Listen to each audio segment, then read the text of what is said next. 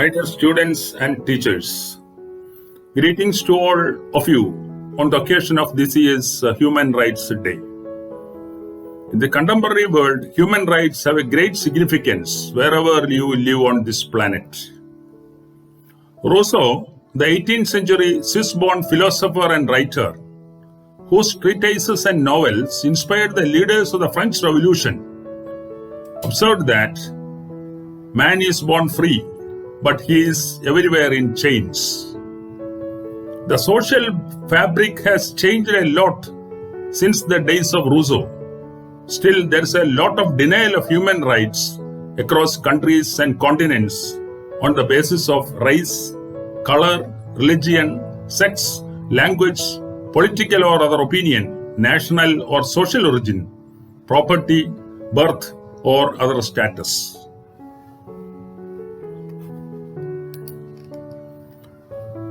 As an initiative to ensure basic human rights to all at the global level, under the aegis of the United Nations, the Universal Declaration of Human Rights was adopted in 1948. And on every year, we observe the 10th of December as the World Human Rights Day, starting from 1950 onwards. Human rights are rights inherent to all human beings, regardless of race, sex, nationality, ethnicity, language, religion, or any other status. Human rights also include the right to life and liberty, freedom from slavery and torture, freedom of opinion and expression, the right to work and education, security from poverty, and many more. Everyone is entitled to these rights without any discrimination. But sadly, we see all these evils around us in great abundance.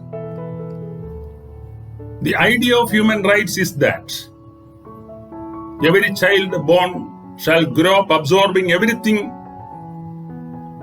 needed for his physical, social, and intellectual development, drawing the required inputs from the global community without any hindrance, live with decency and respect, and contribute to the development of the global society. In such a mission, in the present times, individuals and communities have to face a lot of discrimination, and that is we wanted to flatten and get rid of. The US has a long history of racial discrimination, the white man against the black Negroes.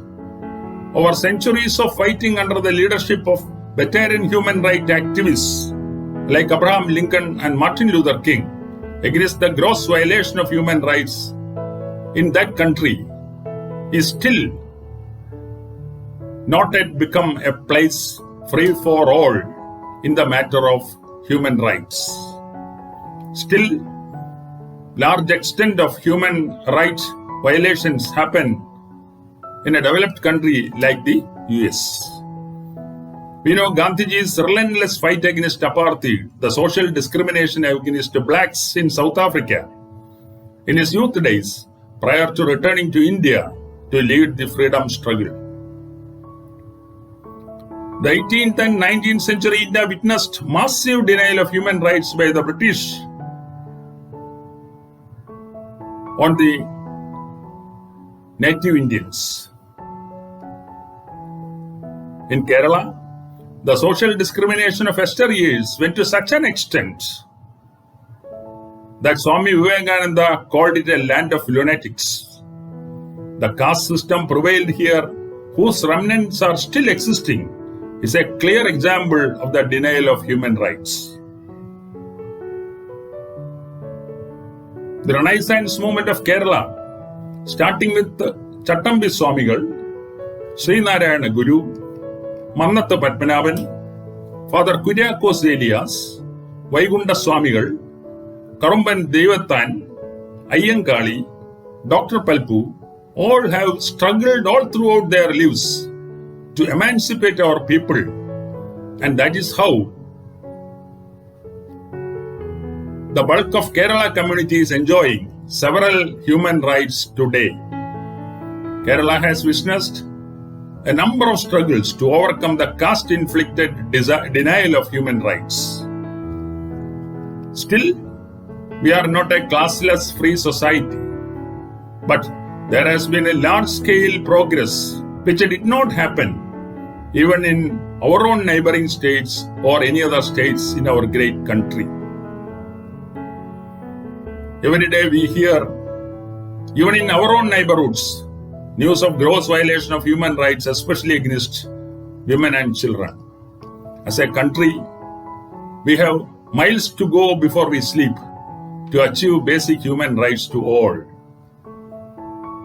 This day makes us remember where we are as a nation with regard to human rights and the plight of our men, women, and children.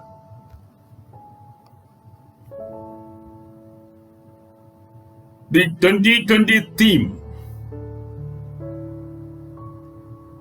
is Recover Better, Stand Up Human Rights, is very much related to the environment which we all live in. This year's Human Rights Day, the theme relates to the COVID-19 pandemic and focus on the need to build back better by ensuring human rights as the central to all kinds of recovery efforts. We will reach our common global goals only if we are able to create equal opportunities for all, address the failures and exposed and exploited by COVID-19, and apply human rights standards to tackle the entrenched, systematic, intergenerational inequalities, exclusion, and discrimination. 10th December is an opportunity for us to reaffirm the importance of human rights in rebuilding the world we want, the need for global solidarity as well as interconnectedness and shared humanity. It's a generic call to action. Stand up for human rights. We aim to engage all sections of the society in this great endeavor. As students, you have a great role to bolster a transformative action and showcase practical and inspirational examples that can contribute to recovering better, resilient, and just societies. The world will be much brighter to live in. Be kind and accommodative to all. Our comfort lies in the well-being of all around us. Thank you very much.